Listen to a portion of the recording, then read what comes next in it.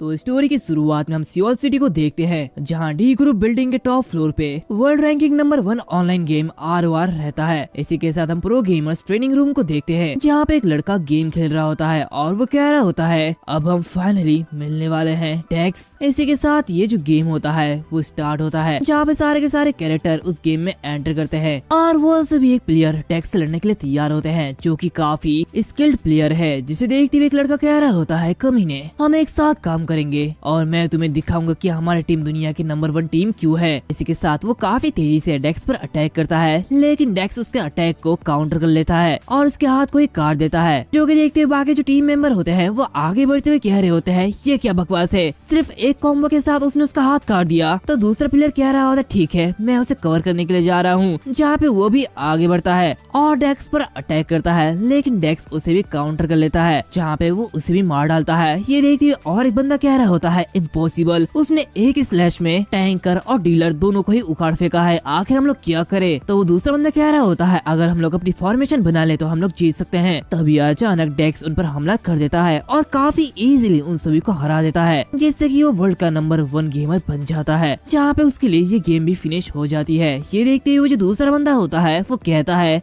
क्या ऐसा कैसे हो सकता है, क्या हम लोग हार चुके हैं? नहीं ऐसा नहीं हो सकता, हम 5 लोग थे और वो एक आदमी, आखिर उसने हम सबको कैसे हराया। इसी के साथ इसका रियल नेम जो यांग यून होता है, जहाँ पे वो कह रहा होता है आखिर डेक्स की रियल आइडेंटिटी क्या है, आखिर वो कौन है। दूसरी तरफ हम डेक्स को देखते हैं जो कि कह रहा होता है क्या मैं कौन हूँ, ये कुछ बड़ा नहीं है। इसी के साथ हमें बताया जाता है डेक्स का रियल नेम यून जे यंग है, जहाँ पे उसका निकनेम डैन है और वो एक सोलो प्लेयर है, लेकिन उसके जैसे बहुत सारे नेम है, तो इसलिए उसने अपना निकनेम चेंज करके डेक्स रख लिया। वो कह रहा होता है मुझे मेरे नामों की परवाह नहीं है, आखिर मेरा पर्पस बस वर्ल्ड का नंबर 1 बनना है। इसी के साथ वो चिप्स को खाने वाला होता है, लेकिन तभी वो चिप्स खत्म हो जाती है। वो कह रहा होता है ये तो खत्म हो चुका है, लेकिन कोई बात नहीं, मैं एक और बार घर से बाहर निकलूंगा और इसे खरीद लूंगा। वैसे भी मैं वर्ल्ड का नंबर 1 प्लेयर बन चुका हूँ और आज मैंने अपना गोल पूरा कर लिया है। दूसरी तरफ हम उसी बंदे को देखते हैं जो कि ये देखते हुए काफी ज्यादा गुस्सा होता है। वो कहता है क्या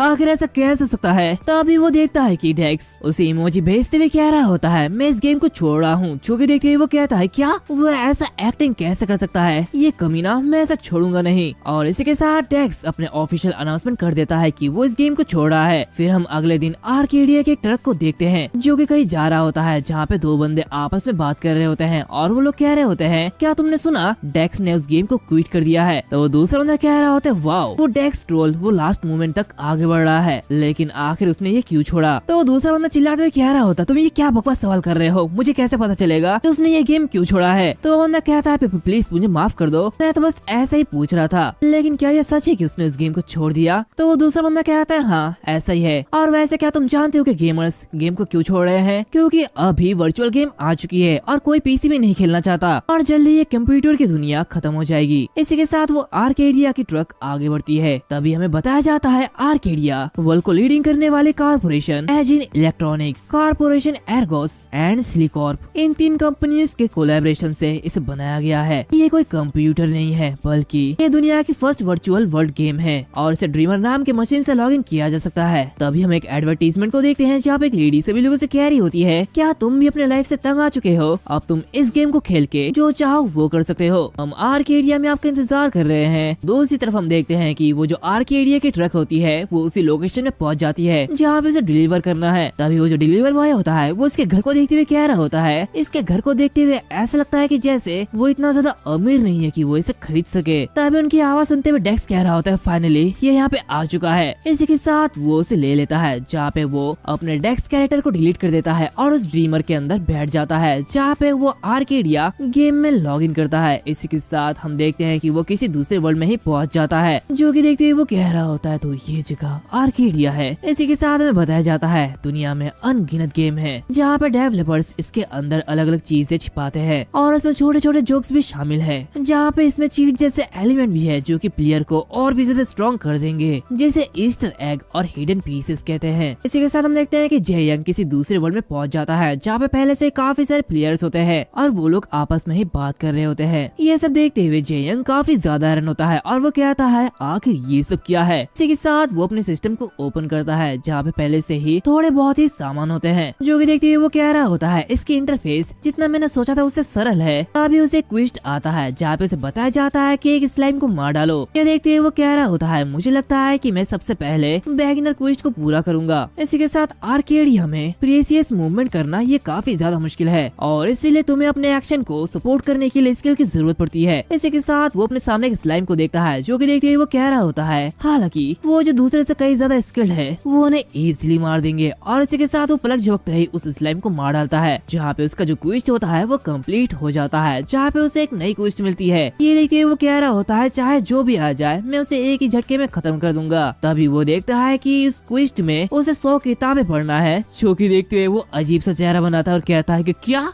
आखिर ये सब क्या है। फिर हमें एडेलेन पब्लिक लाइब्रेरी का सीन दिखाया जाता है, जहाँ पे हम कुछ लोगों को देखते हैं जो कि वहीं पर किताब पढ़ रहे होते हैं। हम वहाँ पे एक लड़की को देखते हैं जो कि कह रही होती है, अरे वहाँ पे देखो वो एक साइड दिख रहा है। तो वो लड़की कहती है, क्या अब ये क्या है। तभी वो दोनों देखते हैं कि वहाँ पे जे यंग पढ़ रहा होता है। तो वो लेडी कह रही होती है, वो आदमी पिछले कुछ दिनों से ही किताबें पढ़ रहा है। ये सुनते हुए वो दूसरी लेडी कहती है, अरे हाँ ये एक लाइब्रेरी है तो वो किताब तो पढ़ेगा ही। तो वो दूसरी लेडी कह रही होती है, अरे क्या तुम पागल हो गए हो, आजकल जो क्विस्ट होती है वो काफी ज्यादा अजीब होती है। लोग बस 10 या उससे ज्यादा किताबें पढ़ते हैं और उन्हें वापस ही लौटा देते हैं। कोई भी एक किताब ढंग से नहीं पढ़ सकता। दूसरी तरफ हम जेयंग को देखते हैं जो कि मन ही मन कहता है, शिट ये काफी ज्यादा बड़ा है, लेकिन मैं बस इस बुक को खत्म करने के बहुत ही ज्यादा करीब हूँ। दूसरी तरफ वो लड़कियों से देखते हुए कह रही होती है, ठीक है, हालांकि वो जल्द ही से खत्म कर देगा। तभी वहाँ पे जेयंग आते हुए कह रहा होता है, एक्सक्यूज मी, क्या इस किताब का नेक्स्ट पार्ट यहाँ पे है क्या। तो देखते हुए वो हैरान होती है और कहती है कि क्या सीक्वल। और वो मन ही मन कह रही होती है, उसने वो किताब भी पढ़ ली है, क्या तुम मेरे साथ मजाक तो नहीं कर रहे हो। तभी जेयंग कह रहा होता है, ठीक है, पहला पार्ट बहुत ही ज्यादा इंटरेस्टिंग था, इसलिए मुझे लगा कि मुझे दूसरा सीक्वल भी पढ़ना चाहिए, वो और भी ज्यादा अच्छा होगा। तो लेडी कह रही होती, क्या समथिंग इंटरेस्टिंग। जेयंग कहता है, हाँ ये किताब आर्केडिया की हिस्ट्री नंबर 1 है, द ओल्डेस्ट रेस एडेलिन। ये सुनते हुए वो काफी हैरान होती है। इसी के साथ वो उस किताब की सीक्वेंस लाते हुए उसे दे देती है, जहाँ पे वो कह रही होती है, ये इसका दूसरा पार्ट है, तुम बेहिचक जितना चाहे उतना पढ़ सकते हो, लेकिन एक मात्र शर्त है कि काम पूरा हो जाने पर तुम इसे वापस कर दोगे। तो वो उसे लेते हुए कह रहा होता है, थैंक यू, लेकिन क्या मैं जान सकता हूँ कि तुमने इसका सेकंड वॉल्यूम अलग से क्यों रखा है। तो वो लेडी कह रही होती है, वेल ये एक स्पेशल किताब है जिसे स्पेशली रिक्वेस्ट किए जाने पर पब्लिश किया गया है। और वो जैसे उस किताब को पकड़ता है वैसे उसे बताया जाता है, starting village Adeline special circumstance को डिटेक्ट किया गया है, जहाँ पे एक हिडन क्विस्ट सामने आई है और टारगेटेड प्लेयर को एग्जामिनेशन के लिए सिलेक्टेड किया गया है। जो कि देखते हुए जेयंग मुस्कुराने लगता है। फिर हमें बताया जाता है, पास्ट में एक लेजेंडरी एडवेंचरर था, उसने एडेलिन की शुरुआत में विलेज की झील में एक खजाना छुपाया था। इस खजाने के पीछे की सच्चाई किसी को भी नहीं पता और इसे कभी किसी ने नहीं देखा। सिर्फ एक ही चीज है जो कि हम जानते हैं, वो यह है कि खजाने को the oldest trace of darkness भी कहा जाता है। ऐसा कहा जाता है कि पुराने जमाने में वो लेजेंडरी एडवेंचरर एज़रियल ने इसे एडेलिन के पास एक झील के किनारे छिपा दिया था। जो कि देखते हुए जेयंग कह रहा होता है, ऑफ कोर्स अब तक कोई भी ऐसा इंसान नहीं है जिसे द ट्रेस ऑफ डार्कनेस मिला होगा और रिजल्ट के तौर पर जनता इस लेजेंड को भूल गई होगी। तो एडेलिन के पास एक झील के किनारे, क्या एरियन झील विलेज की एकमात्र झील नहीं थी। इसी के साथ वो उसी मैप को देख रहा होता है, जहाँ पे कुछ समय बाद वो south of Adeline village lake Arian में पहुंच जाता है। जहाँ पे जाते हुए वो मनी मन कह रहा होता है, मैं इसकी ओर अट्रैक्ट हो गया था और अचानक मैं यहाँ पे आ गया, लेकिन ऐसा कोई भी रास्ता नहीं है कि जिसे ओल्ड डार्कनेस कहा जाता है या फिर कुछ भी कहा जाता है वो ऐसी पीसफुल लेक में नहीं रह सकता। आखिर वो यहाँ पे कैसे होगा। ये झील काफी ज्यादा साफ और सुंदर है। तभी अचानक उसकी सिस्टम विंडो ओपन होती है। यहाँ पे उसे बताया जाता है कि उसने क्विस्ट के जनरेशन के लिए फाइनल कंडीशन को पूरी कर ली है, जहाँ रिवेलेंट किलू से रिलेटेड एक नया क्विस्ट तैयार किया गया है जिसकी डिफिकल्टी बी है। और इसी के साथ उसके सामने एक नया क्विस्ट आता है, जहाँ पे उसे बताया जाता है कि the oldest trace of darkness, क्या ये सच है या फिर झूठ। जो कि देखते ही वो कह रहा होता है, एक बी रैंक की क्विस्ट जो कि अभी जारी की गई है, यहाँ तक कि एक हाई लेवल के रेड क्विस्ट को भी अभी सी रैंक का होना चाहिए, मतलब कि अब मजा आने वाला है। तभी हमें झील के अंदर एक ड्रैगन किंग या फिर कि डीमन जैसा कुछ दिखाई देता है। कुछ समय बाद हम देखते हैं कि वो चारों तरफ छानबीन कर लेता है, लेकिन अभी तक उसे कुछ भी नहीं मिलता। जेयंग कह रहा होता है, यहाँ पे तो आसपास कुछ भी नहीं है, आखिर वो खजाना गया कहाँ, आखिर कौन सी जगह होगी जहाँ पे वो हो सकती है। तभी वो उस लेक को देखता है और कहता है शायद वो अंदर हो सकती है। तो चलो आगे बढ़ते हैं। और इसी के साथ वो उस लेक में कूद जाता है, जहाँ पे वो अंदर जाते हुए मनी मन कह रहा होता है रुको रुको रुको, आखिर ये लेक इतनी ज्यादा गहरी क्यों है। इसी के साथ अपने सामने देखता है जहाँ पे बड़ा सा गड्ढा होता है। सीन चेंज होता है, हमें आर्केडिया के कोरियन ब्रांच का सीन दिखाया जाता है जहाँ पे उन्हें एक वार्निंग दी जाती है और उन्हें बताया जाता है कि मेन सिनेरियो ओपन हो चुका है। ये देखते हुए वहाँ पे जो बंदा होता है वो कह रहा होता है ये तो पागलपन है, इस जगह को खुले हुए अभी एक हफ्ता भी नहीं हुआ और जहाँ तक मेन क्वेस्ट की बात है तो ये अपेयर हो चुकी है। आखिर ये हुआ कैसे। एंड ये जो बंदा है ये Arcadia Korean branch general manager होता है, यानी कि एग्जीक्यूटिव डायरेक्टर क्वान म्यूंग हान। तभी एक आदमी उसके पास आते हुए कह रहा होता है क्वेस्ट एनालाइज टीम के बिलीव्स के अकॉर्डिंग ऐसा लगता है कि प्लेयर्स में से एक ने गेम के मेन सिनेरियो से रिलेटेड स्पेसिफिक एलिमेंट के साथ तालमेल बिठा लिया है, जिस वजह से ये सब हो रहा है। तो मैनेजर कह रहा होता है क्या स्पेसिफिक एलिमेंट, ऐसा क्या चीज है जो कि एकमात्र यूजर की वजह से पूरा गेम हिल सकता है, आखिर ये चीज क्या है। तो वो आदमी कह रहा होता है इसके बारे में तो हम भी नहीं जानते। तो मैनेजर कहता है ठीक है, मैं अभी इसके बारे में सीईओ को बताऊंगा। हर एक डिपार्टमेंट ने अपनी बेस्ट तैयारी की है ताकि वो किसी भी इमरजेंसी सिचुएशन में तुरंत रिएक्ट कर सके। तो क्या तुम समझ चुके हो। और रिलीज के चौथे दिन मेन सिनेरियो का क्रिएट होना ये बहुत ही ज्यादा अजीब है। मुझे लगता है कि ये किसी कोरियन सर्वर से किया गया है। सीन चेंज होता है, हम जेयोंग को देखते हैं जो कि इस पानी से निकल गया होता है जहाँ पे अभी तक उसे कुछ भी नहीं मिलता, लेकिन उसकी डाइविंग स्किल और उसकी स्ट्रेंथ थोड़ी सी बढ़ जाती है। जहाँ पे वो कह रहा होता है धिक्कार है, आखिर वो कहाँ पे है। मैं कम से कम 200 मीटर की गहराई तक गया था लेकिन मुझे कोई भी जमीन नहीं दिखाई दी। क्या मुझे गिव अप कर देना चाहिए, आखिर मैं क्या करूँ। इसी के साथ वो मनोवन कह रहा होता है गेम रिलीज हुए अभी कुछ ही टाइम हुआ है, दूसरे यूजर हर किसी से आगे निकलने के लिए बहुत ही ज्यादा मेहनत कर रहे हैं, लेकिन मैं इस इम्पोर्टेंट टाइम पर डाइविंग रैंक बढ़ाने के अलावा और कुछ नहीं कर पा रहा हूँ। आखिर मैं क्या करूँ। इससे भी ज्यादा मैंने उस कैप्सूल को EMI पर लिया था जिसके लिए मुझे पर मंथ 9,20,000 देने हैं। आखिर मैं उसे पे कैसे करूँगा।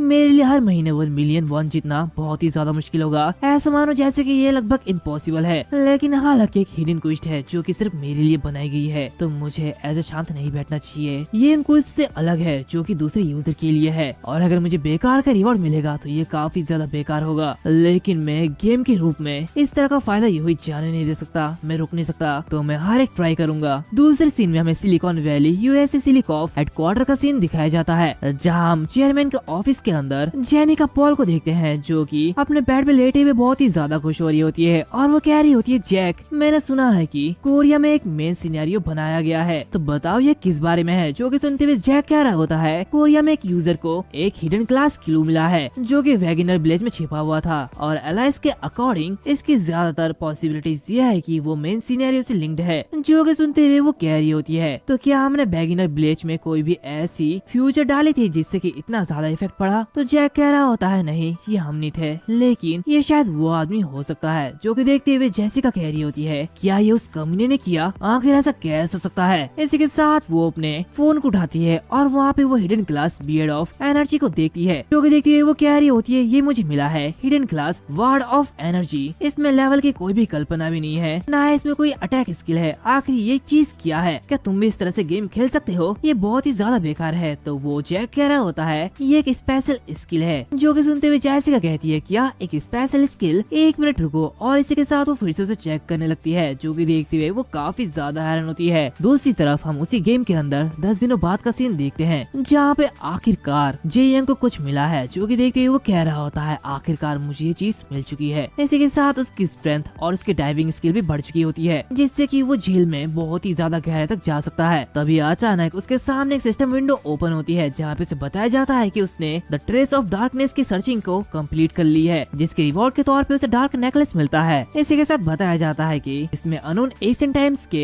ट्रेसेस मौजूद है और इस आइटम का यूज करते समय तुम्हें कॉन्टेम्पलेशंस की लंबे पीरियड की जरूरत पड़ेगी। जो कि देखते हुए वो कह रहा होता है तो ये नेकलेस एक सुराग है, आखिर मुझे इसका क्या करना चाहिए, क्या मुझे इसका यूज करना चाहिए, और इसकी एक्सप्लेनेशन ये मुझे बिल्कुल धमकी की तरह लगती है। तभी उसे बताया जाता है कि क्या तुम इस नेकलेस को यूज करना चाहोगे। जो कि देखते हुए वो यस पर क्लिक करता है। तभी सिस्टम उसे फिर से बताता है कि क्या तुम श्योर हो कि तुम इसे यूज करना चाहते हो। तो फिर से यस पर क्लिक करता है, लेकिन वो सिस्टम फिर से उससे पूछता है। जो कि देखते हुए वो चिल्लाते हुए क्या आता है ये क्या बकवास है, मैं इसका यूज करना चाहता हूँ, आखिर तुम मुझे बार बार क्यों पूछ रहे हो। तभी वो सिस्टम उससे कह रहा होता है तुम इस पॉइंट पर बस यस पे क्लिक करो, वैसे भी मैं तुम्हें जानता हूँ। और इसी के साथ उसके सामने एक अजीब से लड़का आता है जो कि उससे कह रहा होता है खैर मैंने इस आइटम की यूज करने की तुम्हारी इच्छा को श्योर करने के लिए काफी बार जांच की है, तो इसलिए अब मैं तुमसे पूछना बंद कर दूंगा, फ्यूचर में पछताना मत। मैंने पहले तुम्हें काफी बार वार्न कर दिया है, तो अब से chaos पैदा करने की पूरी कोशिश करना, बिल्कुल वैसे ही जैसे कि मैं अभी हूँ। तो उसकी बात सुनते हुए जेयंग कह रहा था कि क्या ये कैसी आवाज है और तुम कौन हो। तभी अचानक उसके सामने एक हिडन क्लास नोटिफिकेशन आता है जहाँ पे उसे बताया जाता है कि उसने पार्ट ऑफ एनर्जी के टाइटल को चेंज कर दिया है। इसी के साथ लेवल सिस्टम डिटेक्ट किया जा रहा है। इसी के साथ मिशन सिस्टम भी ऐड की गई है और ये कैरेक्टर परमानेंटली प्लेयर से बिलोंग करेगा। और तभी उसके सामने एक नया मिशन ओपन होता है जहाँ पे उसे बताया जाता है कि बेगिनर को मार डालो, एक बेगिनर को मार डालो जिसका अभी तक टाइटल चेंज नहीं हुआ है। इसी के साथ उसके पास remaining time 6 day 23 hours 55 minute 24 second है। ये देखते हुए वो काफी ज्यादा हैरान होता है। फिर हम 1 घंटे बाद एडिलिन के वेस्ट ग्रास प्लेन्स का सीन देखते हैं।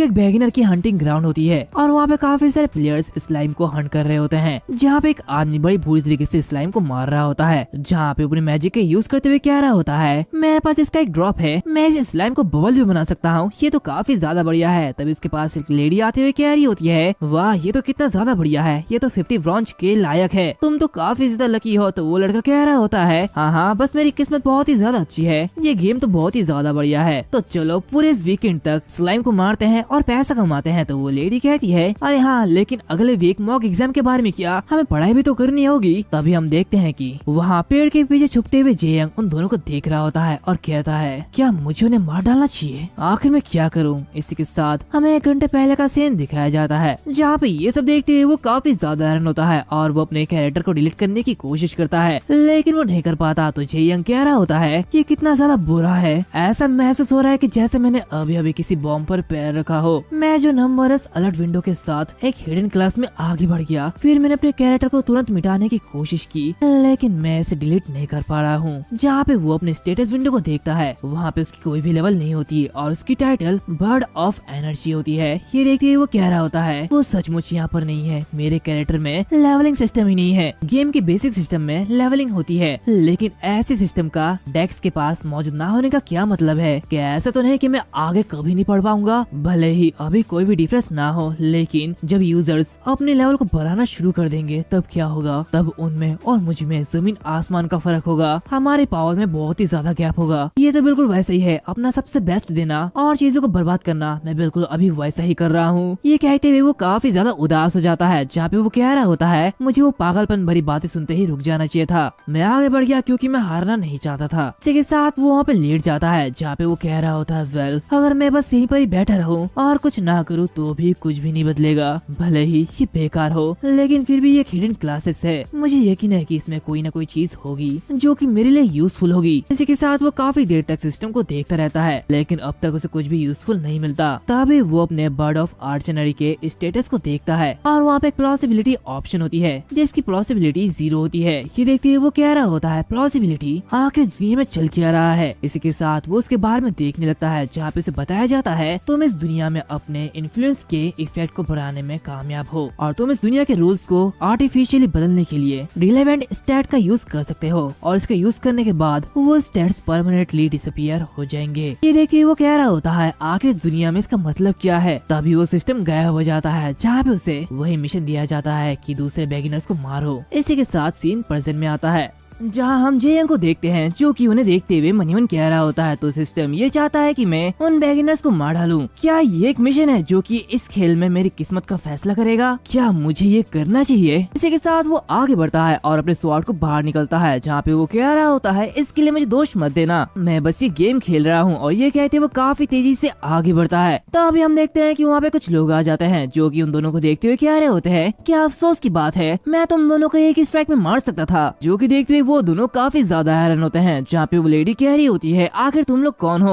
तो ये सुनते हुए उन दोनों का लीडर कह रहा होता है हम इस हंटिंग स्पॉट के ओनर है और आखिर तुम लोगों को यहाँ पे हंट करने का इजाजत किसने दिया। दूसरी तरफ उन्हें देखते हुए जेयंग मनी मन कह रहा होता है उन लोगों के साथ आखिर क्या हो रहा है, सीरियसली वो इन्हें अपना जगह बता रहे हैं लेकिन गेम आए हुए उतना टाइम भी नहीं हुआ है। तभी वो जो लेडी होती है वो चिल्लाते हुए कह रही होती है क्या ये तुम्हारी जगह है, ऐसा बिल्कुल भी नहीं है, ये एक बिगिनर हंटर ग्राउंड है और ये एक पब्लिक स्पॉट है, यहाँ पे हर कोई हंट कर सकता है और हमें किसी की इजाजत की जरूरत नहीं है। तो ये सुनते हुए वो जो आदमी होता है उसके पास आता है और कहता है बकवास करना बंद करो, तुम काफी ज्यादा शोर मचा रहे हो। मैं बता सकता हूँ कि तुम सियोल में रहते हो, है ना। इसी के साथ हम देखते हैं कि ये जो बंदा होता है इसकी लेवल 12 होती है और इसका नेम क्रेजी मंकी होता है। वो कह रहा होता है मैंने तुम लोगों के बारे में सुना था कि तुम लोग एग्जाम के बारे में बात कर रहे थे और इसलिए तुम दोनों जरूर हाई स्कूल के स्टूडेंट होंगे, है ना। ये सुनते हुए वो लड़का मुनिवन कह रहा होता है एक क्रिम्सन आईडी, इसका मतलब यह है कि उसने दूसरे प्लेयर्स को भी मार डाला है, ये एक पी के प्लेयर है। तभी वो मंकी कह रहा होता है अगर मैं तुम्हारे सरनेम पर थोड़ा सा और रिसर्च करूँ तो शायद मैं पता लगा लूंगा कि तुम लोग कहाँ पे रहते हो, है ना। तो क्या तुम लोग समझ गए जो मैं बोल रहा हूँ। अगर तुम लोग मरना नहीं चाहते हो तो यहाँ से चले जाओ। ये सुनते हुए वो जो लेडी होती है वो कह रही होती प्लीज कोई हमारी मदद करो, हमें कोई बचाओ। ये कहती वो चिल्ला रही होती है, लेकिन बाकी जो हंटर्स होते हैं वो उसे बस देख रहे होते हैं और कुछ भी नहीं करते। जो कि देखते हुए वो कह रही होती है क्या तुम लोग बस देखोगे और कुछ नहीं करोगे। तभी वो लड़का कह रहा होता है तुम लोग ऐसे क्यों कर रहे हो, ये सिर्फ एक गेम है ना, हमें तो सिर्फ इसका एंजॉय लेना चाहिए, तुम्हें ऐसा नहीं करना चाहिए। जो कि सुनते हुए वो जो हंटिंग टीम होती है वो जोरों से हंसने लगती है। जहाँ पे वो मंकी उससे कह रहा होता है ये बिल्कुल वैसे ही है जैसे कि तुमने कहा है, ये सिर्फ एक गेम है, एक वर्चुअल रियलिटी, और बिल्कुल यही वजह है कि हम लोग ऐसा कर रहे हैं। ये गेम बहुत ही अच्छा है क्योंकि यहाँ पे कानून मौजूद नहीं है, तो ये एक ऐसी दुनिया बन चुकी है जहाँ पे हम लोग कुछ भी कर सकते हैं और हमें बस यहाँ पे स्ट्रॉन्ग होना है। और जैसे कि तुमने कहा ये सिर्फ एक गेम है। तभी वहाँ पे कोई आते हुए कह रहा होता है मैं भी इससे एग्री करता हूँ। और इसी के साथ वो उस क्रेजी मंकी के टीम मेंबर के पैर को काट देता है और कहता है वाह ये कितनी ज्यादा अफसोस की बात है, मैं तुम्हें एक ही हमले में मार सकता था। और इसी के साथ वो अपने एक ही स्ट्राइक में उन तीनों के तीनों को मार डालता है, जहाँ पे उसका नेम ग्रीन से रेड हो जाता है। इसी के साथ उसकी प्लॉजिबिलिटी इंक्रीज हो जाती है। जो कि देखते ही वो मनीवन कह रहा होता है एक किल में एक प्लॉजिबिलिटी इंक्रीज हो रही है, तो मुझे नहीं पता कि इसका यूज कैसे किया जाएगा, लेकिन इन पॉइंट को हासिल करना ये काफी ज्यादा मुश्किल होगा। तभी वहाँ पे वो जो दोनों लोग होते हैं वो से कह रहे होते हैं प्लीज आपकी मदद के लिए थैंक यू, आपने हमें बचा लिया है, हम आपका ये कर्ज कैसे चुका सकते हैं। और ये कहते ही वो दोनों उसके सामने झुक जाते हैं। तो वो कह रहा होता है अरे मुझे थैंक यू कहने की कोई भी जरूरत नहीं है क्योंकि मैं तुम लोगों को भी मार डालूंगा और ये मेरा बस एक मिशन है। जो कि सुनते हुए वो दोनों काफी ज्यादा हैरान हो जाते हैं। तभी जेयंग कह रहा होता है अरे ज्यादा परेशान मत हो जाओ, ये बस एक गेम है ना। जो कि सुनते हुए वो जो बंदा होता है वो काफी ज्यादा हैरान होता है और वो मनीमन कह रहा होता है कि क्या ये क्या कह रहा है, क्या ये सचमुच पागल तो नहीं। तभी जेयंग उसे भी मार डालता है और ये सब बाकी के प्लेयर्स देख रहे होते हैं। तभी जेयंग कहता है अब अगला कौन बनेगा, तुम जो खड़े खड़े देख रहे हो मैं तुम सभी के लिए आ रहा हूँ, तो कोई भी शिकायत नहीं करेगा, है ना। जो कि देखते हुए सभी लोग काफी ज्यादा हैरान होते हैं और उससे डरते हुए भागने लगते हैं। जहाँ पे जेयंग बहुत ही बेरहमी से उन सभी को मार रहा होता है। और इसी के साथ उस दिन एक अफवाह थी जो कि आर्केडिया के होम पेज के आसपास फैली हुई थी और सभी लोग एक ही चीज के बारे में बात कर रहे थे कि वहाँ पे एक रियल लूनाटिक अपीयर हुआ है। फिर हम अगले रात का सीन देखते हैं जहाँ पे एक लड़का काफी तेजी से आगे भाग रहा होता है और चिल्लाते हुए कह रहा होता है प्लीज को मेरी मदद करो, लेकिन उसकी मदद करने के लिए कोई भी नहीं आता। और तभी उसका पैर किसी लकड़ी में फंस जाता है और वो नीचे गिर जाता है, जहाँ पे वो फिर भी आगे भागने की कोशिश करता है। लेकिन तभी उसके पीछे से एक लड़का बाहर निकलता है और वो और कोई नहीं बल्कि जेयंग होता है। जो कि देखते ही वो और भी ज्यादा घबरा जाता है। वो उससे कह रहा होता है तुम कमीने हो, मैं बस अपने काम से काम रख रहा था और हंट कर रहा था, लेकिन तुम मुझे मारने की कोशिश क्यों कर रहे हो, आखिर तुम ऐसा क्यों कर रहे हो। तभी वो उसकी तरफ आगे बढ़ता है तो वो कह रहा होता है क्या तुम्हें लगता है कि गेम शुरू होते ही अगर तुम ऐसा करोगे तो ये गेम लॉन्चेस तुम्हें वही छोड़ देगी, ऐसा बिल्कुल भी नहीं है, मैं तुम्हारी रिपोर्ट करूंगा, तुम कमीने मैं तुम्हें नहीं छोड़ूंगा। जो कि सुनते ही वो कह रहा होता कि क्या तुम ये क्या कह रहे हो, मैं ऐसा इसलिए कर रहा हूँ क्योंकि मुझे ऐसा करने के लिए कहा गया है। जो कि सुनते हुए वो बहुत ही ज्यादा हैरान होता है और तभी जेयंग उसे बीच से काट डालता है जिससे कि उसे एक पॉसिबिलिटीज मिलती है। जो कि देखते हुए वो कह रहा होता है मैं तो काफी ज्यादा थक गया हूँ। इसी के साथ में बताया जाता है आर्केडिया ऑनलाइन सिस्टम में डेथ पेनल्टी मौजूद है। द डेथ पेनल्टी 40 आवर्स के एक्सेस को डिनाई कर देता है। हालांकि ये एक एंटी एडिशन मीजर है, इसका पर्पस गेम के साथ जुड़ाव को बेहतर बनाना है। इसी के साथ हम उस गेम कारपोरेशन का सीन देखते हैं जहाँ पे एक आदमी चिल्लाते हुए कह रहा होता है मैं आपसे कह रहा हूँ कि मुझे इसका एक्सेस दे दीजिए, ये सब इसलिए है क्योंकि एक यूजर मुझे मार रहा है, तो आखिर मुझे क्यों सजा दी जा रही है। हम उस सर्विस डिपार्टमेंट में देखते हैं जहाँ पे काफी सारे लोग काम कर रहे होते हैं। तो वहाँ पे आते हुए मियोंग हान कह रहा होता है आखिर यहाँ पे चल क्या रहा है। तो दूसरा बंदा कह रहा होता है ओ वेल पीके के इंसिडेंट के रिलेटेड अचानक शिकायत काफी ज्यादा बढ़ चुकी है। तो वो डायरेक्टर कहता है क्या पीके, हे भगवान जब हम पहले इतने ज्यादा बिजी थे तो आखिर ये किस तरह का पागल आदमी कर रहा है, मुझे तो कुछ समझ में नहीं आ रहा। इसी के साथ कस्टमर सर्विस डिपार्टमेंट अपने ओवरटाइम करने का डिसीजन ले लेता है। दूसरी तरफ हम गेम के अंदर देखते हैं जहाँ पे डेक्स की प्लॉसिबिलिटी स्टेटस काफी ज्यादा बढ़ चुकी होती है। इसके साथ वो कह रहा होता है मैंने लगभग 1200 पीपल को मार डाला है और ये रातों की नींद आराम करने के लिए काफी अच्छा है। ये कहते वो उबासी लेता है और कहता है ये जितना मैंने सोचा था उससे कई ज्यादा हार्ड है। हर एक किल के लिए मुझे बहुत ही ज्यादा हेट मिलता है, इसलिए ये एक इमोशनल बोझ भी है। खैर क्या ये सचमुच ठीक है? जैसे ये गेम शुरू हुआ मैंने जाकर इतने सारे शुरुआती प्लेयर्स को मार डाला और ये जरूर गेम ऑपरेशन के लिए काफी ज्यादा प्रॉब्लम होगी। आखिर उन्होंने मुझे ऐसा क्वेस्ट क्यों दिया? वेल इससे मुझे कोई लेना देना नहीं है। तभी अचानक उसे किसी की आवाज आती है। तभी वो देखता है कि उसके सामने काफी सारे स्लाइम होते हैं, जहाँ पे उसे बताया जाता है कि उसने स्लाइम को बचा लिया है और स्लाइम के साथ उसकी फेवरेबिलिटी बढ़ चुकी है। जो कि देखते ही वो काफी ज्यादा हैरान होता है और कहते हैं क्या ऐसा कैसे हो सकता है? तभी वो स्लाइम उससे आते हुए चिपक रहे होते हैं। ये देखते ही वो कहता है मैं तो बस यही सोच रहा था कि सोशली मेरे साथ खिलवाड़ किया गया है, लेकिन मुझे कम से कम खुशी है कि मैं तुम लोगों के साथ घुल मिल सकता हूँ। तभी उसे कुछ लोगों की बातें सुनाई देती है, जो कि देखते ही वो काफी हैरान होता है और वो कह रहा होता है दोस्तों प्लीज मुझे माफ कर देना, मैं तुम्हारे साथ और खेलना चाहता था, लेकिन अगर मैं भागना शुरू नहीं करूंगा तो कोई और मेरे पीछे आ जाएगा, जिससे कि चीजें मुश्किल हो जाएगी। इसी के साथ हम देखते हैं कि वहाँ पे कुछ लोग आ जाते हैं जो कि उसे ही ढूंढ रहे होते हैं। इसी के साथ वो उसके पीछे पड़ जाते हैं, जो कि देखते हुए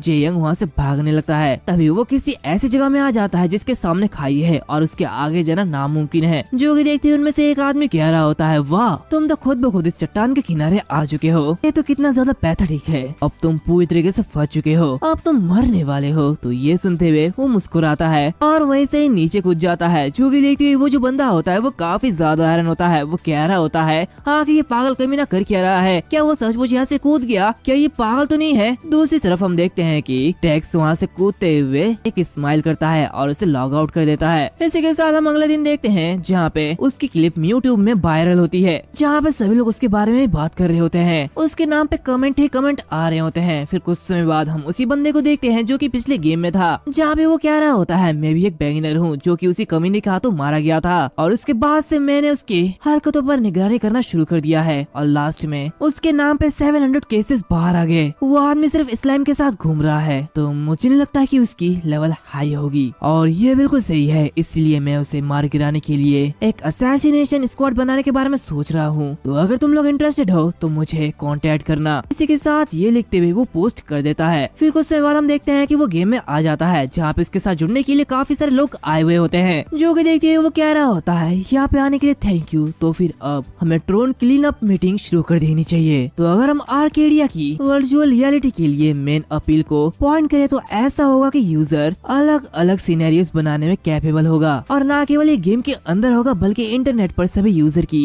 रिएक्शन एक साथ आने पर हम ऐसा कर सकते हैं। और ये सब कुछ हम एआई की इच्छा से कर सकते हैं, जो कि सब कुछ कंट्रोल कर सकता है, जैसे एलाइस कहा जाता है। इसी के साथ हम देखते हैं कि एलाइस कह रही होती है एक बड़े ग्रुप का पता चला है जिसकी वजह की जांच की जा रही है और इससे related quest main scenario act 1 for gate darkness brewing है। इसी के साथ वो एक नई क्विस्ट को जनरेट करती है जो कि उन सभी के सामने आ जाता है, जहाँ पे उन सभी को बताया जाता है कि सीरियल बिगिनर किलर को पकड़ो। दूसरी तरफ सीन शिफ्ट होता है जहाँ पे हम Arcadia Korean branch scenario team को देखते हैं, जहाँ पे उनके सभी के सामने एक वार्निंग दी जाती है और मेन क्विस्ट स्टार्ट होती है। ये देखते हुए वो डायरेक्टर काफी ज्यादा हैरान होते हैं और कहते हैं क्या कोई भी क्विस्ट बिना किसी नोटिफिकेशन से कहीं भी कैसे अपीयर हो रहा है? तो दूसरा बंदा कह रहा होता है ये हमें नहीं पता, लेकिन हम अभी भी इसका वजह ढूंढ रहे हैं, हम कोशिश कर रहे हैं। तो वो सिनेरियो टीम मैनेजर कांग तायुन कह रहा होता है क्या तुम लोग सचमुच इतना धीमा काम करोगे? ऐसा करना बंद करो। और आखिर इस गेम के साथ क्या हुआ है? हमें गेम रिलीज किए हुए ज्यादा टाइम नहीं हुआ है, लेकिन इतनी गड़बड़ क्यों है? एक क्लियर इमरजेंसी सिचुएशन। वास्तव में भले ही सभी यूजर को अचानक क्विस्ट दे दिया गया हो, अगर ये एक नॉर्मल क्विस्ट होती तो पूरा का पूरा डिपार्टमेंट केओस में नहीं होता, हमें जल्दी ही कुछ करना होगा। तभी वो दूसरा बंदा कह रहा होता है मैनेजर ये मेन क्विस्ट एक्ट से रिलेटेड एक क्विस्ट है, हमारी टीम की उम्मीदें बहुत ही ज्यादा दूर थी और मेन क्विस्ट की जनरेशन के केवल 2 दिनों बाद ये क्विस्ट शुरू हो गई। इसी के साथ हमें बताया जाता है जनरेशन और स्टार्ट इन दोनों के बीच एक डिफरेंस है। उसी तरह जैसे कि एक बोया हुआ बीज तुरंत अंकुरित नहीं होता और उसमें फूल नहीं उगते, वैसे सभी यूजर को इन्फ्लुएंस करने के लिए एक जनरेटेड सिनेरियो और एक एक्चुअल क्विस्ट बनने में कम से कम कई सारे महीने लग जाते हैं। ये देखते हुए मैनेजर मनी मन कह रहा होता है 2 दिन, सिर्फ ये कहना ये काफी ज्यादा अजीब होगा। यहाँ पे बहुत ही बड़ा डिफरेंस है, इसकी कोई तो कोई वजह जरूर होगी। क्या ये वजह उसी बिगिनर मर्डर की वजह से है? इसी के साथ वो उसी की वीडियो देख रहा होता है जहाँ पे वो कह रहा होता है अब बताओ आखिर इसके बारे में किया। तो वो जो दूसरा बंदा होता है वो कहता है वो एक यूजर एक स्लाइम के आसपास रहता है जो कि एक बिगिनर स्पॉट पे आके पीके बना था। वैसे गाइस मैं तुम लोगों को बता दूं कि पीके का मतलब क्या होता है। पीके का मतलब वो प्लेयर होता है जो कि अपने ही साथियों को या फिर अपने गेम के साथियों को मार डालता है या फिर उनके साथ धोखाधड़ी करता है। तभी वो जो बंदा होता है वो कह रहा होता है ऐसा लगता है कि यूजर और इस मेन सिनेरियो का जरूर कोई रिश्ता होगा। तो वो मैनेजर कहता है तो फिर इस किलर यूजर के बारे में जो जानकारी निकली है उसके बारे में तुम्हारा क्या कहना है, आखिर वो कौन है और कहाँ पे रहता है। तो वो बंदा कहता है हाँ हमने उसकी जांच करने की कोशिश की लेकिन हेडक्वार्टर ने इसमें रेस्ट्रिक्शन लगा दिया है इसीलिए अभी हम इसकी जांच नहीं कर सकते। तो ये सुनते हुए वो मैनेजर और भी ज्यादा कंफ्यूज हो जाता है जहाँ पे वो मन ही मन कह रहा होता है क्या ये हेडक्वार्टर ने किया, वो सिर्फ एक नॉर्मल यूजर के लिए ऐसा क्यों करेंगे और आखिर ये लड़का है कौन। तभी वो उसके पीके स्कोर को देखता है जो कि 1025 होती है, जो कि देखते हुए वो काफी ज्यादा हैरान होता है। सीन चेंज होता है, हम जेयंग के घर को देखते हैं जहाँ पे वो सोया हुआ होता है। तभी उसकी आंख खुलती है जहाँ पे वो देखता है कि आर्केडी में एक स्पेशल इवेंट चल रहा है जहाँ पे किलर को पकड़ना है। ये देखते हुए वो कह रहा होता है आखिर ये चीज क्या है, ये जरूर मेरे बारे में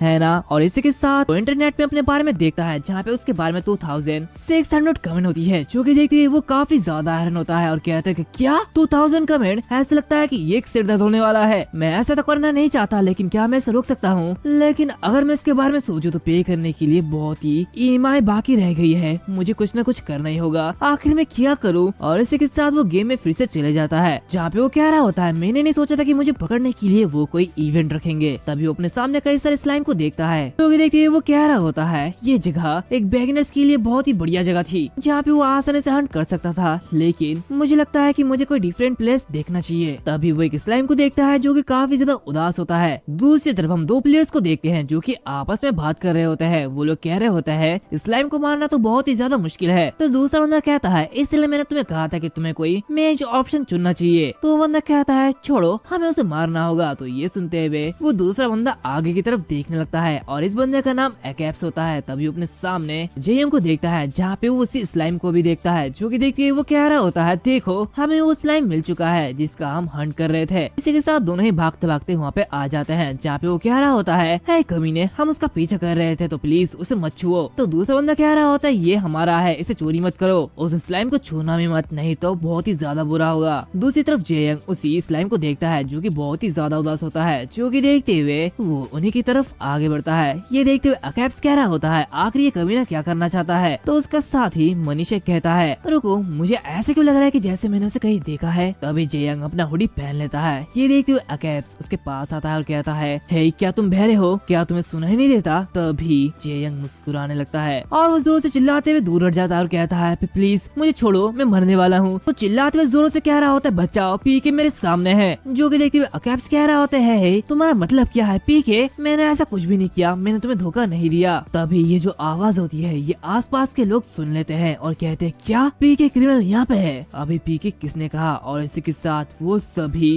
कैप्स और उसके साथी के सामने आ जाते हैं, जो कि देखते हुए वो काफी ज्यादा घबरा जाते हैं। कैप्स कह रहा होता है ऐसा बिल्कुल नहीं है, मैं बस रास्ते में था और वो मेरे सामने आ गया था तो इसलिए मैंने उसे धक्का दिया, मैंने ऐसा कुछ भी नहीं किया। इसी के साथ वो पीछे देखता है जहाँ पे वो देखता है कि जेयंग यानी कि डेक्स वहाँ से भाग चुका होता है, जो कि देखते हुए वो कहता है देखो डेक्स तो वहाँ से भाग रहा है। तभी जो बाकी के प्लेयर्स होते हैं वो उसकी तरफ आगे बढ़ते हैं और कहते हैं बस करो, मुझे बस रिवॉर्ड चाहिए और कुछ नहीं, तुम बस बिगिनर को टारगेट बना रहे हो, मैं तुम्हें नहीं छोड़ूंगा। तभी मनीषा कह रहा होता है मुझे अभी याद आया, मैं सोच रहा था कि मैंने वो आंखें कहाँ देखी है, अब मुझे पता चला वो आंखें वो वही पीके प्लेयर की थी। और तभी वो लोग उसके ऊपर अटैक कर देते हैं जिससे कि एक बड़ा सा धमाका होता है। दूसरी तरफ हम देखते हैं कि जेयंग उसी स्लाइम को बचा लेता है जहाँ पे वो कह रहा होता है मैं बहुत ही मुश्किल से भागने में कामयाब हुआ और वैसे क्या तुमने मुझे फॉलो किया, तुम तो काफी ज्यादा अच्छे हो। तो ये सुनते हुए वो स्लाइम भी काफी ज्यादा खुश हो जाता है जहाँ पे जेयंग कह रहा होता है वाह तुम तो काफी ज्यादा प्यारी चीज हो, क्या तुम्हारी चोट ठीक है। तभी सिस्टम उसे कह रहा होता है कि उसने स्लाइम को बचा लिया है जिसकी वजह से उसकी फेमिलियरिटी स्लाइम स्पीशीज के साथ अपने लिमिट में पहुंच चुकी है। तो इसी वजह से तुम्हें एक टाइटल दिया जाता है स्लाइम का फ्रेंड। जो कि देखते ही वो काफी हैरान होता है और कहता है वाह, खैर मुझे लगता है कि चूंकि मैंने अपने जरिए हर एक स्लाइम के लिए बिगिनर्स को मार डाला है तो इसलिए मुझे ये टाइटल मिला है, लेकिन अगर बस ऐसा ही है तो कुछ भी नहीं मतलेगा क्योंकि मैंने लेवल 1 के स्लाइम से फेमिलियरिटी अर्न किया है और इस गेम को शुरू करने के लिए मुझे कुछ ऐसा करना होगा जिससे कि अभी की सिचुएशन टूट जाए। तभी उसे बताया जाता है कि उसकी पॉसिबिलिटीज की मिनिमम रिक्वायरमेंट पूरी हो चुकी है और अब तुम अपनी पॉसिबिलिटीज स्टार्ट का यूज करके उन उनकी हेल्प कर सकते हो। ये देखते ही वो कह रहा होता है कि क्या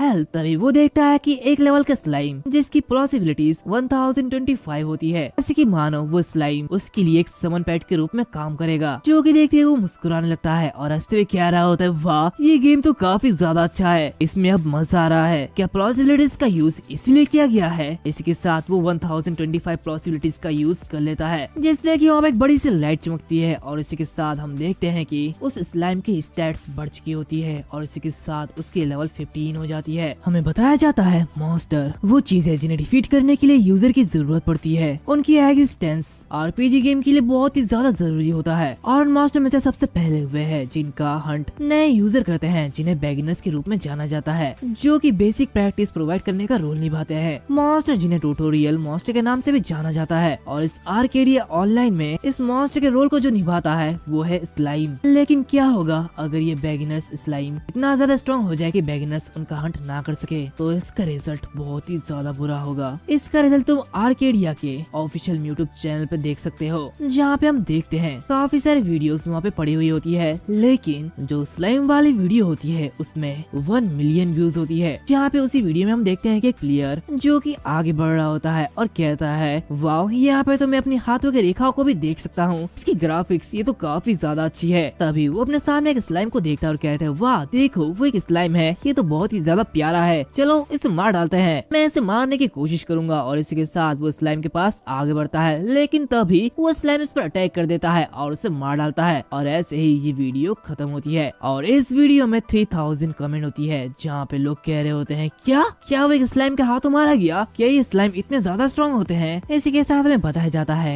1025 पॉसिबिलिटी की फाइनल प्रोडक्ट जो कि लेवल 15 की स्लाइम्स है, एक कमजोर दिखने वाले मॉन्स्टर की वजह से एक भयानक मौत हुई। आर्केडिया में हर दिन 10,000 नए यूजर आते हैं, लेकिन आधे से ज्यादा स्लाइम के हाथों मारे जाते हैं। इसी के साथ हम कुछ लोगों को देखते हैं जो कि स्लाइम को मारने की कोशिश कर रहे हैं, लेकिन वो उन्हें मार नहीं पाते। यहाँ पे एक आदमी कह रहा होता है, आखिर क्या बात है, इन स्लाइम में क्या खराबी है, मैं तो इसे टच भी नहीं कर पा रहा। तो दूसरा बंदा कह रहा होता है, ये क्या बदतमीजी है, मेरी HP 2 हिट्स के साथ लगभग कैसे खत्म हो गई है, अब लगता है कि मैं मरने वाला हूँ, प्लीज कोई मुझे बचाओ। दूसरी तरफ ये सब दूर से जेयंग देख रहा होता है, जहाँ पे वो मनीमन कह रहा होता है, वाह ये पूरी तरीके से गड़बड़ है। इस बार में सोचे कि ये स्लाइम्स पैसिव टाइप होते हैं जो कि ओरिजिनली हमला करने के बाद ही हमला करते हैं, लेकिन ये स्लाइम्स ये एग्रो टाइप का क्यों बन गया है जो कि सबसे पहले ही हमला करता है। क्या कैरेक्टराइजेशन के बाद इसकी लेवलिंग चेंज हो चुकी है? अगर ऐसा ही केस है तो बात यह है कि पॉसिबिलिटी आखिर गेम को कितना बदल सकती है, और जितना मैंने सोचा था ये उससे कई ज्यादा कॉम्प्लिकेटेड एबिलिटी है। तभी वो वहाँ पे कुछ लोगों को देखता है जिन्हें चारों तरफ से स्लाइम्स ने घेर लिया है, जो कि देखते ही वो कह रहा होता है, रुको रुको रुको, क्या ये लोग वही नहीं है जो कि मेरे पीछा कर रहे थे। तभी उनमें से एक बंदा चिल्लाते हुए कह रहा होता है, भाड़ में जाओ, दूर हो जाओ हमसे, आखिर तुम स्लाइम हम पर अटैक करने की हिम्मत कैसे करते हो। तभी एक स्लाइम इस पर अटैक करते हुए उसे मार डालता है, जो कि देखते हुए बाकी सभी लोग और भी ज्यादा घबरा जाते हैं। जहाँ पे वो लोग कह रहे होते हैं,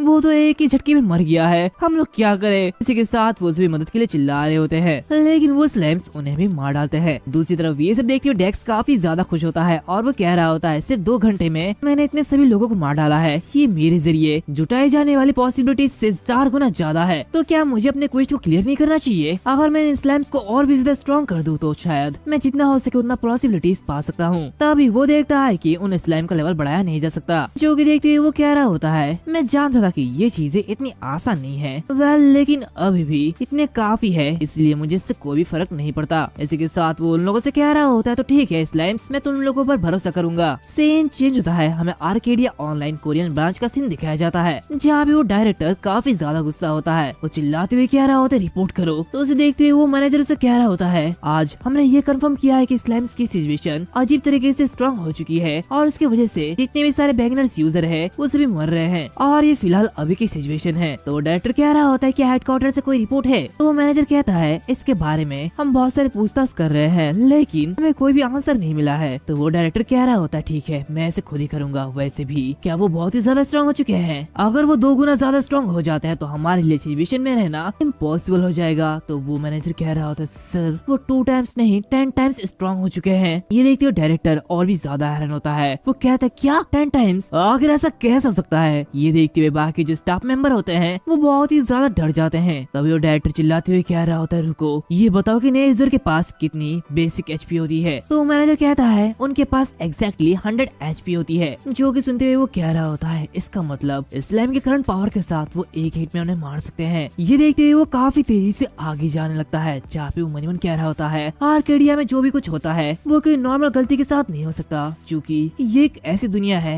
जिसकी calculation the best current technology से की जाती है। लेकिन हम इसे यूं ही नजरअंदाज नहीं कर सकते, मुझे कुछ करना ही होगा। अगर मैं समझ नहीं पा रहा कि क्या हो रहा है तो मुझे इसे देखना होगा। और इसी के साथ वो अपने रूम में चले जाता है, जहाँ पे VR पहले से पड़ा हुआ होता है। इसी के साथ वो उसी VR कैप्सूल में बैठ जाता है, जहाँ पे वो उसी गेम में एंटर करता है। वो आगे बढ़ते हुए एलाइस से कह रहा होता है मैं यहाँ पे सच्चाई जानने के लिए आया हूँ। एलाइस तो मुझे बताओ कि आखिर ये सच क्या है। दूसरे सीन में हमें बिगिनर हंटिंग ग्राउंड का सीन दिखाया जाता है, जहाँ पे कोई भी नहीं होता। ये देखते हुए वो कह रहा होता है यहाँ पे तो कोई भी नहीं है, मुझे लगता है कि कुछ जरूर हुआ होगा। इसी के साथ हम देखते हैं कि उसने लगभग 9640 बिगिनर्स को मार डाला है। जो कि देखते हुए वो मन ही मन कह रहा होता है किलिंग के नंबर्स धीरे धीरे धीमा होते जा रहा है, मतलब कि बिगिनर्स अब ज्यादा नहीं बचे हैं। मुझे लगता है कि अफवाह फैलने शुरू हो चुकी है कि ये जगह खतरनाक है, और यह सब कुछ भी नहीं है बल्कि लेवल 15 के एडवेंचरर्स भी यहाँ पे स्लाइम्स को मारने के लिए आए हुए हैं। और अभी मेरे लिए और स्लाइम्स के लिए उन्हें संभालना बहुत ही ज्यादा मुश्किल है, जिसका मतलब मुझे यहाँ हासिल करने के लिए बहुत ही ज्यादा कुछ नहीं है। लेकिन खैर ये उतनी बुरी सिचुएशन नहीं है, जो कि ये नंबर्स बढ़ना पूरी तरीके से बंद नहीं हुई है। और इसी के साथ उसके 10,000 किल्स पूरे हो जाते हैं, जिसके रिवॉर्ड के तौर पे उसे एक अचीवमेंट मिलता है, जहाँ पे उसे बिगिनर किलर का टाइटल मिलता है। इसी के साथ उसे एक इंटरमीडिएट रिवॉर्ड भी मिलता है। जो कि देखिए वो कह रहा होता है क्या एक इंटरमीडिएट रिवॉर्ड, ये तो जैकपॉट है, चलो अब मुझे देखना चाहिए कि इसके अंदर क्या है। और इसी के साथ वो उसे एक्सेप्ट करता है। तभी एक बड़ा सा धमाका होता है और एक बड़ी रोशनी से चमकने लगती है। जो कि देखते हुए वो कह रहा होता है अब ये क्या हो रहा है, क्या ये इंटरमीडिएट रिवॉर्ड एक जाल था, आखिर इसका इफेक्ट इतना ज्यादा फ्लैशी क्यों है। तभी उसके सामने एक एग बाहर आता है। जो कि देखते हुए वो कहता है ये काली चीज कि क्या ये रिवॉर्ड है, रुको लगता है ये एक अंडा है। और तभी वो जो अंडा होता है वो फूट जाता है, और इसी के साथ उस अंडे से एक आदमी बाहर निकलता है, जो कि उससे कह रहा होता है आखिर तुम कौन हो जिसने मुझे समन करने की हिम्मत की है। ये देखते हुए वो घबरा जाता है और मन ही मन कहता है इतना भारी प्रेशर, आखिर मैंने अभी अभी क्या समन किया है। तभी वो उस चीज के नेम को देखता है, जहाँ पे उसे पता चलता है कि ये monarch of chaos demon king Saturn है। ये देखते हुए वो बहुत ही ज्यादा हैरान होता है और कहता है कि क्या डीमन किंग। तभी सैटर्न उससे कह रहा होता है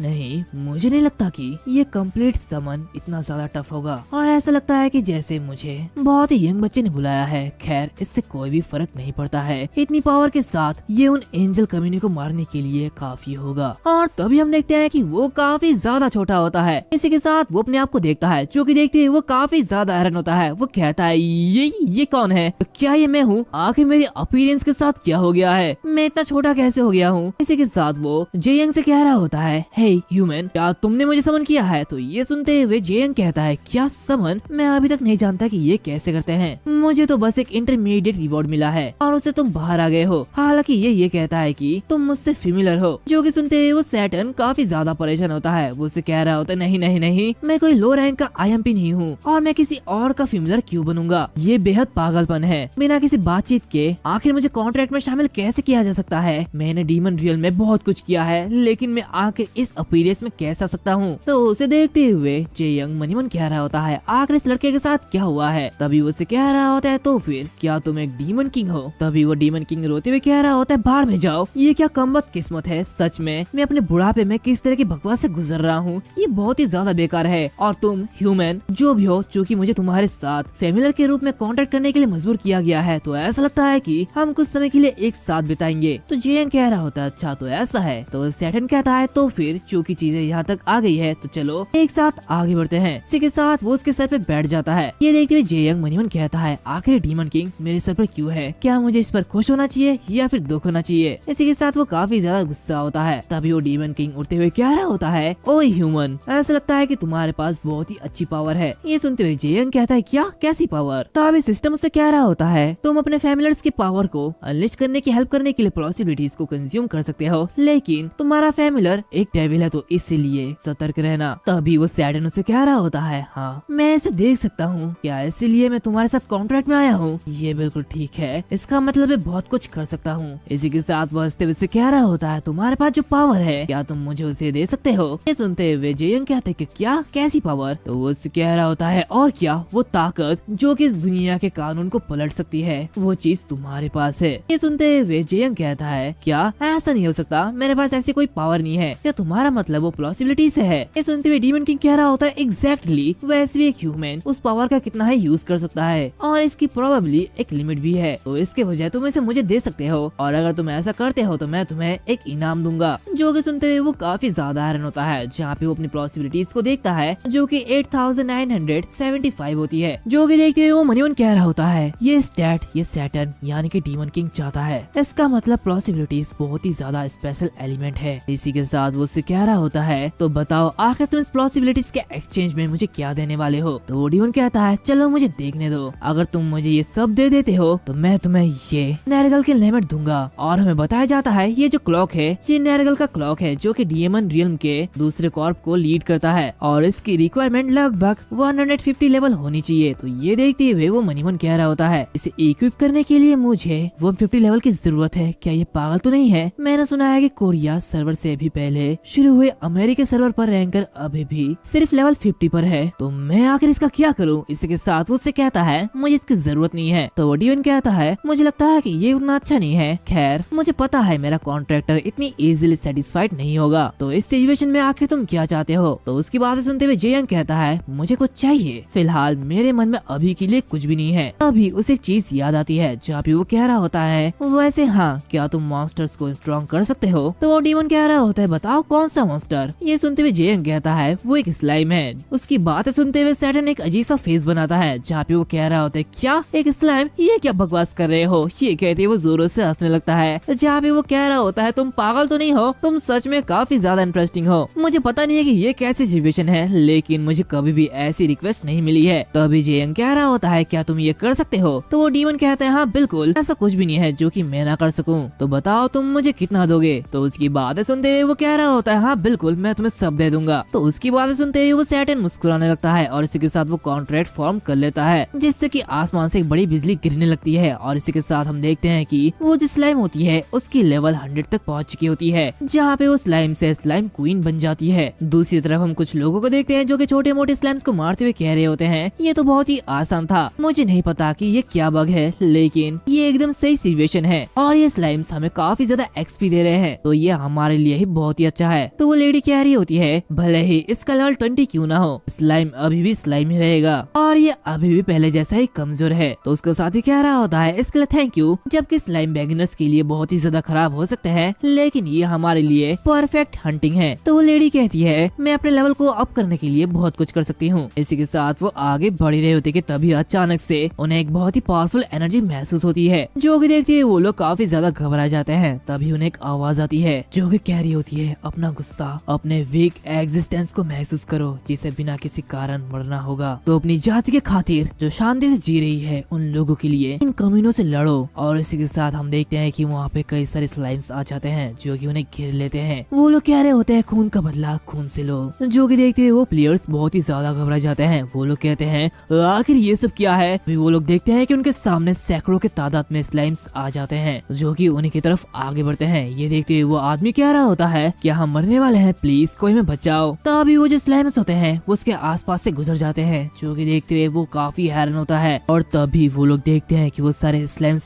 एक साथ मर्ज होने लगते हैं और तभी सभी लोगों के सामने एक सिस्टम विंडो ओपन होता है जहाँ पे उन्हें बताया जाता है स्लाइम्स जो हरे भरे मैदान में घूमते हुए शांति पसंद करते हैं उन्हें अचानक बिना किसी वजह से मार दिया गया। और इतना चुप रहने के बाद स्लाइम्स ने बदला लेने का फैसला किया, सब्र का समय खत्म हो गया है, अब शांति के लिए लड़ने का टाइम आ चुका है। इसी के साथ उनके सामने एक बड़ा सा स्लाइम क्वीन अपीयर होती है, इसकी लेवल 100 होती है और वो काफी जोर से चिल्लाती है जिसके प्रेशर से ही वहाँ के आसपास की जगह तबाह होने लगती है। सभी लोग वैसे ही मरने लगते हैं। वो लोग चिल्ला रहे होते हैं जहाँ पे हम उस आदमी को देखते हैं जो कि अभी भी बच गया होता है और वो वहाँ से भाग रहा होता है कि तभी उसके सामने वही स्लाइम आ जाती है। दूर से ये सब जेयंग देख रहा होता है और ये देखते हुए वो काफी ज्यादा हैरान होता है। वो कह रहा होता है हे डीमन किंग आखिर तुमने ये क्या कर दिया? तो वो डीमन किंग उससे कह रहा होता है क्या मैंने तो बस वैसे किया जैसे कि तुमने कहा था और ये स्लाइम्स को और भी ज्यादा स्ट्रॉन्ग कर दिया। तो जेयंग उससे कह रहा होता है रुको, जबकि मैंने तुम्हें बस उन्हें थोड़ा सा स्ट्रॉन्ग बनाने के लिए कहा था, मैंने ये नहीं कहा था कि तुम उसे बहुत ही ज्यादा स्ट्रॉन्ग बना दो। और तभी उसके प्रेशर की वजह से वो दोनों भी पीछे हटने लगते हैं, जो कि देखते हुए वो डीमन किंग कहता है वाह ये तो बहुत ही ज्यादा जोशीली है, अगर ये थोड़ी सी और मजबूत हो जाए तो वो डीमन वर्ल्ड की आर्मी में शामिल हो सकती है, वो बहुत ही ज्यादा पावरफुल है। ये कहती वो जोरों से हंसने लगता है। वो कहता है यहाँ तक कि सबसे कमजोर मॉन्स्टर के साथ भी इंसान कुछ भी नहीं कर पा रहे हैं। तो ये सुनते ही वो कह रहा होता है आखिर तुम किस बारे में बात कर रहे हो। तभी वो सैटर्न कह रहा होता है और क्या, मैंने अभी जो देखा उसमें वो सारे इंसान दिखाई दे रहे हैं जो कि स्लैम्स को बहुत ही ज्यादा बुरी तरीके से मार रहे हैं। तो मैंने बस उन स्लैम्स की बदला लेने की प्यास जगा दी। इसी के साथ तुमने जो पॉसिबिलिटीज मुझे दी है मैंने थोड़ा सा उसका यूज किया। तो ये सुनते हुए जेयंग कहता है कि क्या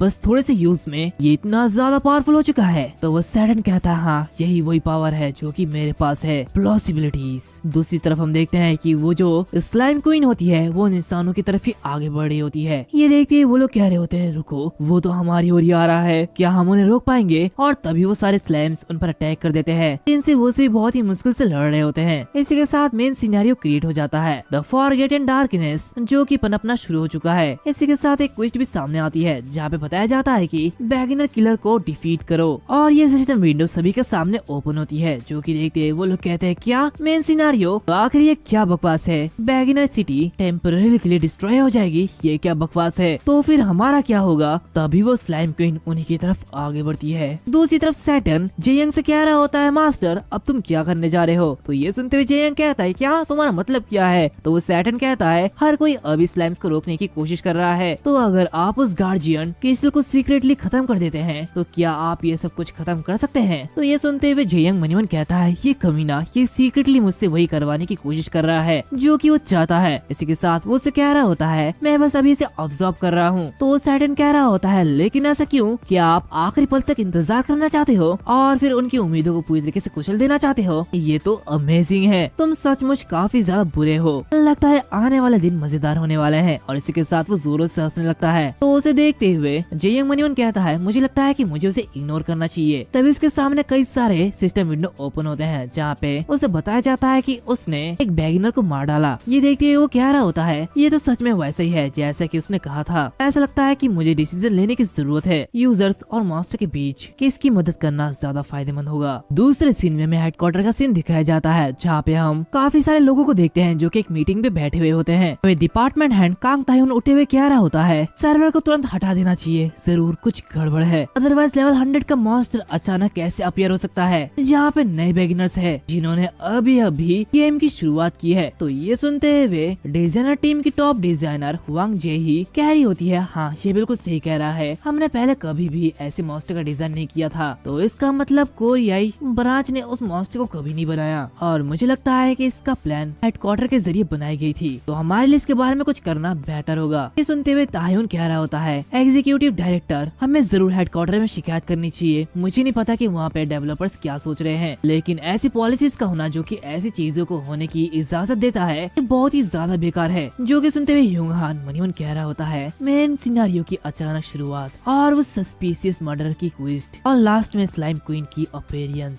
वो कह रहा होता है मुझे ये सब मत बताओ, क्या तुम जानते हो कि हमारी कंपनी क्या हासिल करना चाहती है। ताह्युन कह रहा होता है कि क्या आप अचानक किस बारे में बात कर रहे हैं। ह्यूंग-हान कहता है ये इन्फिनाइट पॉसिबिलिटीज और इन्फिनाइट फ्रीडम है। क्या तुम लोग ये सोचते हो कि ऐसा कुछ हमारे जरिए प्लान किया गया है, मेरा मतलब हेडक्वार्टर से है। क्या तुम्हें लगता है कि वो आलसी गध है जिन्होंने हमें ऐसी प्लान और ऐसी इवेंट के बारे में बताई वो ऐसा करेंगे। तो ये हुई कह रही होती है क्या, आखिर आप क्या कह रहे हैं। ह्यूंग-हान कहता है ये सब एक ही यूजर के जरिए किया गया है, मेन सिनेरियो की अपीयरेंस, बैगिनर किलर और स्लैम स्टैट्स मैनिपुलेशन और यहाँ तक कि बॉस मॉन्स्टर की अपीयरेंस भी ये सब एक ही आदमी ने किया है। ये सुनते हुए सभी लोग काफी ज्यादा हैरान होते हैं। वो लोग कह रहे होते हैं आखिर ऐसा कैसे पॉसिबल हो सकता है। तभी ताह्युन कहता है तो इसका मतलब ये है कि ये सब उसी सस्पिशियस यूजर की वजह से हुआ है। तो ह्यूंग-हान कहता है हाँ मैटर चाहे जो भी हो, अगर ऐसी सिचुएशन है जो यूजर के गेम प्ले की वजह से अपीयर हुई है तो इसमें हम इंटरफियर नहीं कर सकते क्योंकि यही आर्केडिया की पॉलिसी है। और अगर इसके लिए कोई पेनल्टी है तो जब तुम अपनी क्विस्ट में फेल हो जाओगे तो ये बैगिनर टाउन परमानेंटली डिस्ट्रॉय हो जाएगी। दूसरे सीन में हम गेम के अंदर देखते हैं जहाँ पे वो सारे के सारे यूजर्स उन स्लाइम से फाइट कर रहे होते हैं, लेकिन वो जो स्लाइम्स होते हैं वो बहुत ही ज्यादा पावरफुल होते हैं। दूसरी तरफ हम एक नाइट्स को देखते हैं जो कि स्लाइम पे वार करता है और मनीवन कहता है मैंने अब तक एक ही डाउनलोड किया है और अगर एडवेंचरर्स ना होते तो ये विलेज खत्म हो चुका होता। इससे भी इम्पोर्टेंट बात यह है कि उनके पास जितने नंबर्स हैं इतनी सारे स्लाइम्स यहाँ पे कहाँ से आई। तभी वो देखता है कि उसने जिस स्लाइम को मारा था वो बिल्कुल जिंदा है। जो कि देखते ही वो घबरा जाता है और कहता है लगता है अब मैं मरने वाला हूँ। तभी अचानक उसके सामने उसका टीममेट आ जाता है और उसे बचा लेता है। वो उससे कह रहा होता है इस मौके का यूज करो और पीछे हटो बूढ़े आदमी। इसी के साथ वो उस स्लाइम को मार डालता है, जहाँ पे वो दोनों एक जगह छिप जाते हैं। वो दूसरा नाइट कह रहा होता है मुझे लगता है कि वो हमारा पीछा करेंगे, तो अपने आप को इस जगह पे हील करो, मैं आगे जा रहा हूँ। ये सुनते हुए वो जो नाइट होता है वो कहता है थैंक यू, तुम्हारी वजह से आज मैं बच गया। इसी के साथ इसका नाम सिक्योरिटी ट्रूपर बेरन होता है। वो कह रहा होता है मुझे नहीं पता कि मैं आपको थैंक यू कैसे करूंगा। तो वो दूसरा बंदा कहता है इसका जिक्र मत करो, मैंने बस वही किया जो कि मुझे करना चाहिए था। तभी वो ट्रूपर उससे कह रहा होता है नहीं, जब मैं तुम्हें देखता हूँ तब मुझे उस साहसी और ग्रेट वॉरियर की बात याद आती है जिसके बारे में मेरे दादाजी ने मुझे पास्ट में बताया था। ऐसा कहा गया था कि उसने हर किसी की मदद की जैसे कि तुमने की है। तो बताओ क्या तुम बाद में जब अवेलेबल हो गए तो क्या तुम मुझे ढूंढ सकते हो? वॉरियर्स की रिकॉर्ड मेरे दादाजी की डायरी में दर्ज है। तभी इस दूसरे बंदे के पास एक हिडन क्वेस्ट आती है जहाँ पे उसे बताया जाता है कि क्या वो head in the old tales को एक्सेप्ट करना चाहता है। देखते ही वो कह रहा होता है क्या एक हिडन क्वेस्ट? आखिरकार मैंने उस हिडन क्वेस्ट को ढूंढ लिया है जिसके बारे में मैंने सिर्फ अफवाह सुनी थी। वो मनीमन कह रहा होता है वाह ये तो पागलपन है, क्या मेन सिनेरियो करने से तुम्हें ये मिलता है? इसी के साथ वो उस बंदे से कह रहा होता है हाँ मैं यही करूंगा, मैं उस वॉरियर के बारे में जानने के लिए एक्साइटेड हूँ जिसके बारे में तुम बात कर रहे थे। तो वो ट्रूपर कहता है ठीक है तो फिर मैं तुम्हारा इंतजार करूंगा, लेकिन सबसे पहले हमें उस मॉन्स्टर को आगे बढ़ने से रोकना होगा। और ऐसे ही 3 दिन बीत जाते हैं जहाँ पे वो सभी उस स्लाइम से फाइट कर रहे होते हैं। जहाँ इन 3 दिनों के अंदर यूजर्स बहुत ही बुरी तरीके से स्लाइम से हार रहे हैं। हालांकि कोरिया यूजर्स हार नहीं मानते हैं। जो कुछ हुआ है उसके बारे में सुनने वाले हाई लेवल यूजर्स इसी रेड में भाग लेने लगे। इसलिए सिचुएशन में एक बड़ा सा मोड़ आया जहाँ पे बिगिनर्स ने भी एक अलग ही टीम बनाई और आगे बढ़ने लगे। इससे भी इम्पोर्टेंट बात यह है कि वो टाइटल उन्हें तब मिलता है जब वो लोग 1000 स्लाइम्स को मार डालेंगे, जिसे स्लाइम स्लॉटर भी कहा जाता है। जैसे यूजर ने वो टाइटल हासिल करना शुरू किया वो स्लाइम की स्पीड को धीमा करने में कामयाब हो गए और इसी के साथ यूजर्स को एक नई आशा दिखाई देने लगी। हम देखते हैं वही वॉरियर कह रहा होता है ये काफी अच्छा है, चलो इसी तरह काम करते रहते हैं। दूसरी तरफ जे यंग ये सब दूर से देख रहा होता है जहाँ पे उसने 32,000 लोगों को मार डाला। ये देखते हुए वो सैटर्न हंसते हुए कह रहा होता है वाह क्या तुमने 30,000 लोगों को मार डाला, ये सचमुच एक वॉर है, मैंने तुमसे ज्यादा डेविल प्लेयर कभी नहीं देखा, तुम बहुत ही ज्यादा बुरे हो। ये कहते वो जोरों से हंस रहा होता है, जो कि देखते हुए जे यंग मनीवन कहता है ये सोचना है कि बुरे काम करने पर मुझे सैटर्न के जरिए तारीफ मिलेगी ये थोड़ा अजीब लगता है। वैसे पॉसिबिलिटी के बारे में क्या? इसी के साथ वो अपनी पॉसिबिलिटी देखता है जहाँ पे उसके पास 22,000 पॉसिबिलिटी होती है। ये देखते हुए वो कह रहा होता है मैं यकीन नहीं कर सकता कि मेरे पास इतना ज्यादा पॉसिबिलिटी है और जब मैं उन्हें एक एक करके मार रहा था तो इसे हासिल करने में मुझे बहुत ही ज्यादा मुश्किल हो रही थी। तभी वो सैटर्न कह रहा होता है तो बताओ अब तुम क्या करने वाले हो? ये सुनते हुए जे यंग कहता है बताओ तुम किस बारे में बात कर रहे हो? तो वो सैटर्न कहता है और क्या, मैं अभी तुम्हारे करंट सिचुएशन के बारे में बात कर रहा हूँ। अगर तुम इस पॉसिबिलिटीज का कुछ भी नहीं करते तो जरूर ये ह्यूमंस का हो जाएगा। ये सुनते हुए जे यंग कुछ सोचने लगता है। तभी वो हंसते हुए कह रहा होता है उसमें कोई भी मजा नहीं होगा, मैंने कुछ और सोचा है। इसी के साथ वो अपनी इन्वेंट्री को ओपन करता है। ये देखते हुए सैटर्न कह रहा होता है रुको तुम अचानक शांत कैसे हो गए हो? तभी जे यंग अपने क्लॉक को पहन लेता है। ये देखते हुए सैटर्न कहता है रुको मुझे मत बताओ कि तुम खुद जाके उन्हें मारने वाले हो। तो वो कह रहा होता है मामला जो भी हो अब हमारी साइड चूज करने का टाइम आ चुका है और इसी पल हम स्लाइम का साइड ले रहे हैं। सीन चेंज होता है, हमें आर्केडिया कारपोरेशन का सीन दिखाया जाता है जहाँ पे हम ह्यूंगान को देखते हैं जो कि किसी लेडी के सामने खड़ा होता है, जहाँ पे उसे कह रहा होता है प्लीज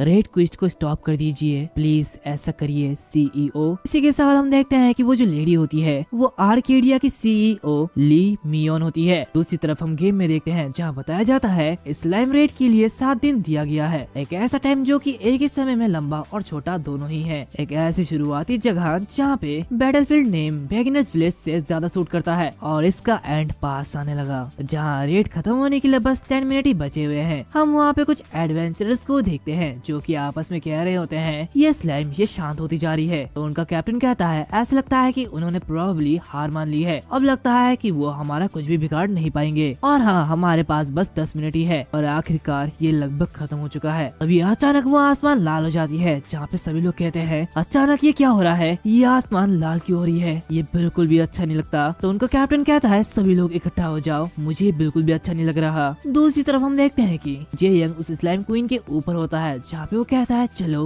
अब इसे स्टार्ट करते हैं। ये देखते हुए वो कैप्टन कहता है हर कोई डरो मत, इससे कोई फर्क नहीं पड़ता कि आसमान का रंग क्या है, ये पहले जैसे ही है तो इससे कोई भी फर्क नहीं पड़ता कि स्लाइम अब क्या करते हैं। तभी वो दूसरा आदमी कहता है देखो वो स्लाइम क्वीन आगे बढ़ रही है। इसी के साथ हमें बताया जाता है इंसानों ने लंबे टाइम तक अनगिनत स्लाइम्स को मारा है और अब स्लाइम्स का बदला है जो कि इंसान नजरअंदाज नहीं कर सकते। वो उन सभी इंसानों को मारना चाहते हैं जिन्होंने उन पर अत्याचार किया था। इसी के साथ हम देखते हैं कि वो स्लाइम क्वीन आगे बढ़ती है, जहाँ पे सभी को बताया जाता है boss monster slime queen appear हुई है। और तभी वो जो स्लाइम क्वीन होती है वो उन पर अटैक कर देती है, जो कि देखते वो सभी वहाँ से भागने लगते हैं। कह रहे होते भागो, वो स्लाइम मॉन्स्टर हमारे ओर ही आ रहा है। तो कैप्टन कहता है हर कोई अपनी फॉर्मेशन बनाए रखो, यहाँ से भागो मत, जो भी अटैक हमारे पास है उन सबका यूज करो। क्या गाइस तुम लोग सचमुच डरे हुए हो, ऐसा मत करो। लेकिन कोई भी उसकी बात नहीं सुनता। वो ये कह रहा होता है कि तभी अचानक वो स्लाइम क्वीन पर अटैक कर देती है। इसी के साथ वो उसे मार डालती है। तभी अचानक से उस पर अटैक होता है और एक आदमी हंसते हुए सभी लोगों से कह रहा होता है सभी लोग मेरी बातों पे ध्यान दो, 5 मिनट, हमें बस 5 मिनट रुकना है। तुम लोग इसे मारने का टारगेट मत रखो, लेकिन बस तुम इसका ध्यान अट्रैक्ट करो और इधर उधर भागो।